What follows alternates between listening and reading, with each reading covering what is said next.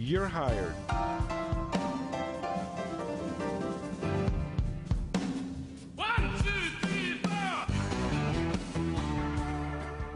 Melissa, welcome to the show. Thank you very much, Steve, for having me. So tell us what you do and the interesting path you took to getting there. Yes.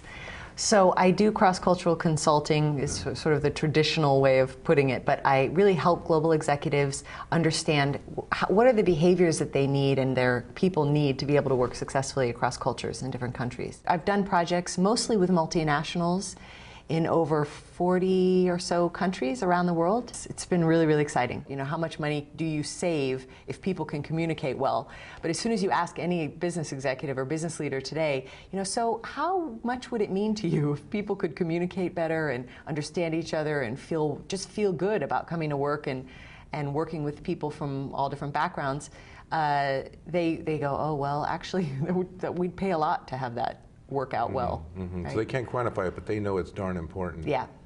Yeah. So let's get out your book here and show it to the audience, and maybe you can tell us a little bit more about it. Cultural Transformation, Business Advice on Agility and Communication Across Cultures. It does mean, how do I understand today's business needs, and how do I make sure that my organization is not only changing or modifying what it's been doing before, but how do we really look at transformation in our approach to the world? You know, you really see that we're moving from a hierarchical structure to a much more flatter kind of system within organizations today.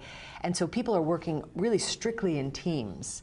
So in terms of interviewing, we look at everything from the strategy piece also down to the nitty-gritty interviews. And as you know, in the US, it's if I help the international companies in terms of interviews in the US context, there are lots of things you can't say and can say in terms of ask what you ask. It also says, this is from your book as well, understand that the meanings behind words may be different than the words themselves. Right, that has to do with interesting. Another fun example is when someone says no problem. So when you ask for a deliverable and they say, oh sure, no problem. What does that mean? Does that mean I have a 10% chance of getting it? Does it mean a 100% chance? It's 50-50? And what's the system behind it? Do I need to follow up with them? Are they going to come back to me? Do I just wait and see if they deliver it? So our normal is going to be someone else's completely, you know, odd, you know.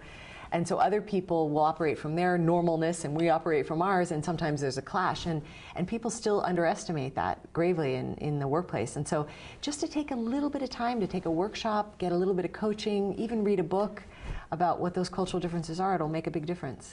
Like take 5 minutes in the beginning of a meeting, you know, say you're kicking off a project team and they're all from different countries originally, and they're together working maybe for the first time. You might say, hey, you know, what have you noticed that's a little bit different about working in the US, and how might it be different from where you're from, so that we can get some information about that. I think sometimes we get very focused on the task and we're very high pressure, and there's a lot of, you know, a lot of time is going into the actual stuff we've got to get done, and just if we can just take a few moments, just still remain curious and still kind of check in with people and say, hey, I'm interested in you as a person, I find you fascinating, I'd like to learn more about you. It will dramatically increase the results of just the cooperation and the level of engagement you'll have of your talent, right? And I think, and as I said, you know, this is, as you know, is one of the most challenging issues for companies today, is just keeping good talent. Today, leaders are most concerned with mom, your business card, and say, hi mom, I'm a new business evangelist. And are they able to work successfully globally?